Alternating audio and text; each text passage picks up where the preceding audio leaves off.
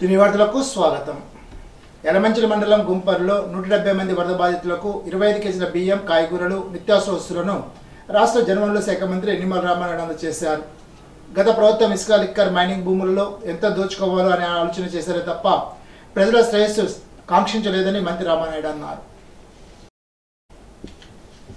యలమంచిలి మండలం కంబుట్లపాలెంలో 14.60 లక్షలతో అంతర్గత సీసీ రహదారులకు రాష్ట్ర జలవనరుల శాఖ మంత్రి నిమ్మల రామానాయుడు శంకుస్థాపన చేశారు. అదే గ్రామంలో 205 మంది వరద బాధితులకు బియ్యం, కూరగాయలు, నిత్యావసర వస్తువులను మంత్రి అందజేశారు. ఈ సందర్భంగా మంత్రి మాట్లాడారు. ప్రజావేదికను కూర్చడం ద్వారా గత వైసీపీ ప్రభుత్వం విధ్వంసానికి నాంది పలికిందని మంత్రి రామానాయుడు అన్నారు.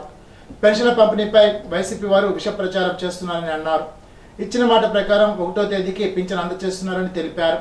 జగన్ హయాంలో అభివృద్ధి లేకపోగా ప్రతి ఒక్కరిపై 2.5 లక్షలు అప్పు పెట్టారని విమర్శించారు.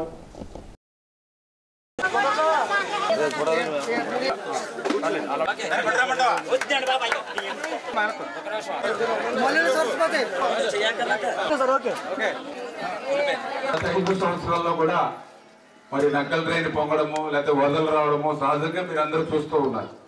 ఎప్పుడైనా మీ గ్రామంలో మీ పొలాలు పోయి లేకపోతే మీ ఇళ్ళ దగ్గర నీళ్లు వచ్చినాయి, వర్షాలు ఎక్కువ కురిసినాయని ఎప్పుడైనా 25 కేజీలు కాదు కదా, కనీసం కేజీ బియ్యం పట్టుకొచ్చి ఇచ్చిన పరిస్థితి ఉందమ్మా ఎప్పుడైనా? గత 5 సంవత్సరాలు ఫస్ట్ టైం.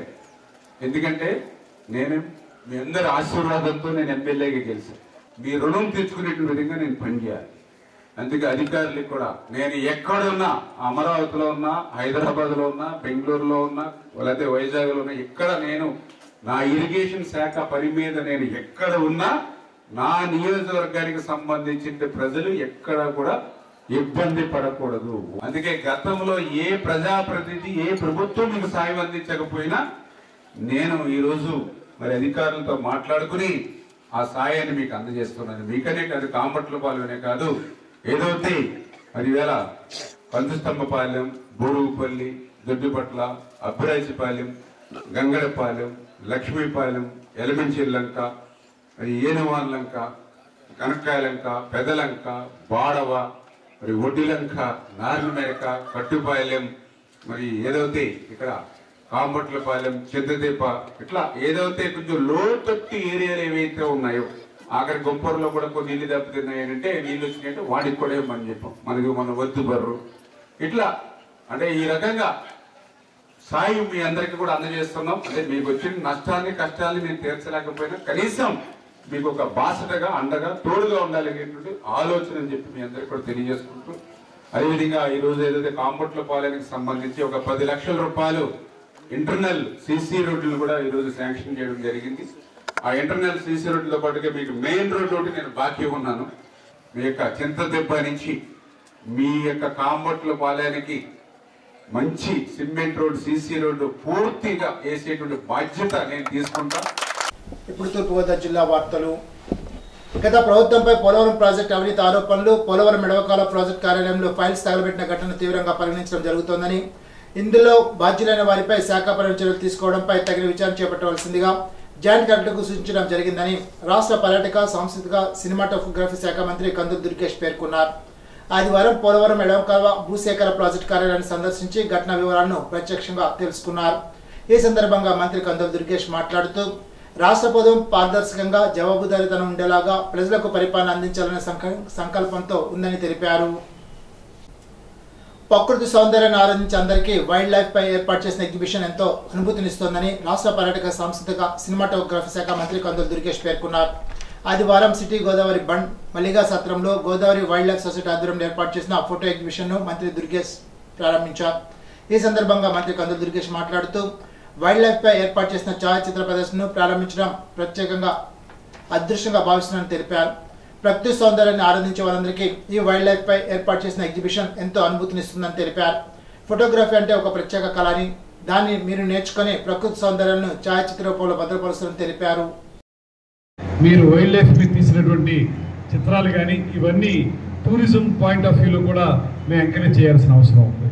ఎందువల్లంటే ఇవాళ టూరిజంను కూడా కేవలం ఒక పర్టికులర్ ఆస్పెక్ట్కే పరిమితం చేయకుండా, మనకి ఆంధ్రప్రదేశ్లో టూరిజం అంటే మనకి టెంపుల్ టూరిజం వరకే పరిమితం అయిపోయాం మనం.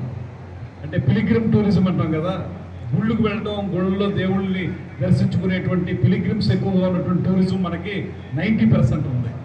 ఓన్లీ 10% ఎకో టూరిజం కానివ్వండి, హెల్త్ టూరిజం కానివ్వండి, ఇలాంటి ఫారెస్ట్ టూరిజం కానివ్వండి, ఇవన్నీ ఉన్నాయి. అయితే ఇప్పుడు మేము ఈ మధ్యకాలంలో ఈ ప్రభుత్వం వచ్చాక, నేను మంత్రిని అయ్యాక మేము ఆలోచిస్తున్నది ఏంటంటే టూరిజం సర్క్యూట్స్ని ఏర్పాటు చేయాలని. సర్క్యూట్ అంటే ఉదాహరణకి మీరు శ్రీశైలం తీసుకుంటే, శ్రీశైలంలో ఆ గుడికి వెళ్ళేటువంటి వారు చాలామంది ఉంటారు, మల్లేశ్వర స్వామి ఆలయానికి. ఆ గుడి వరకు మాత్రమే పరిమితం కాకుండా పక్కనే ఉన్నటువంటి వాటర్ ఫాల్స్, ఆ పక్కనే ఉన్నటువంటి టైగర్ రిజర్వ్, మీరు ఏదైతే వైల్డ్ లైఫ్ అంటున్నారో ఆ టైగర్ శ్రీశైలం, అదే శ్రీశైలం డ్యామ్, అదే టైగర్ రిజర్వ్, ఇవన్నీ కలిపి ఒక సర్క్యూట్గా తయారు చేసి టూరిజం డెవలప్మెంట్ చేసామనుకోండి, అప్పుడు కేవలం టెంపుల్ టూరిజం మాత్రమే కాకుండా ఇతరత్ర టూరిజం కూడా డెవలప్ అయ్యే అవకాశం. ఫోటోగ్రఫీ రంగంలో 50 సంవత్సరాలుగా తెలుగు చెందిన నందం తాతయ్య విశేష సేవలు అందిస్తున్నారు. పాతకాలపు కెమెరాలతో పాటు అత్యాధునిక కెమెరాలను కూడా వినియోగించిన ఘనత తాతయ్యకు దక్కుతోంది. ఒకప్పుడు ఫోటో కావాలంటే తప్పనిసరిగా ఫోటో స్టూడియోకి వెళ్లి ఫోటో తీయించుకునేవారు. సుదీర్ఘ కాలం ప్రాసెసింగ్ అయిన తర్వాత ఫోటో ఇచ్చేవారు. ఇప్పుడైతే క్షణాల్లో ఫోటో చేతిలో పెడుతున్నారు. ఫోటోగ్రఫీలో సాంకేతిక పెరిగిన తర్వాత ఫోటోగ్రాఫర్ల జీవితాల్లో మార్పు వచ్చిందని తాతయ్య వాపోయారు. అత్యాధునిక కెమెరాతో పాటు సెల్ ఫోన్లు వచ్చాక ఫోటోగ్రాఫర్లకు ఉపాధి తగ్గిపోయిందని అన్నారు. తన నైపుణ్యంతో ఎంతో క్లిష్టమైన ఫోటోలు తీసే తాతయ్య ఫోటోగ్రఫీ రంగాన్ని ప్రభుత్వం ఆదుకోవాలని కోరారు. తాతయ్య కేవలం ఫోటోగ్రఫీ వృత్తితో సంతృప్తి పడక సమాజ సేవలో కూడా పాల్పంచుకుంటున్నారు. పిఠాపురంలో గల విశ్వవిజ్ఞాన విద్యా ఆధ్యాత్మిక పీఠం జిల్లా కన్వీనర్గా సేవా కార్యక్రమాలు నిర్వహిస్తున్నారు. గత 2 సంవత్సరాలుగా కరోనా మహమ్మారి ప్రజలను ఇబ్బందులు పెట్టగా పీఠం తరపున నిరంతరాయంగా భోజన ప్యాకెట్లు అందించారు. కరోనా నివారణ మందులు అందజేశారు. పలువురికి నిత్యావసరాలు తాతయ్య అందించారు. ఈనాటి బంగారు మాట. విజయాన్ని అడ్డుకునేవి ప్రతికూల ఆలోచనలే. కింద పడ్డామని ప్రయత్నం ఆపితే ఎప్పటికీ లక్ష్యాన్ని చేరుకోలేం. అబ్దుల్ కలాం. ఈ వార్తలతో సమాప్తం. తిరిగి విజన్స్ లో కలుసుకుందాం. అంతవరకు సెలవు. నమస్కారం.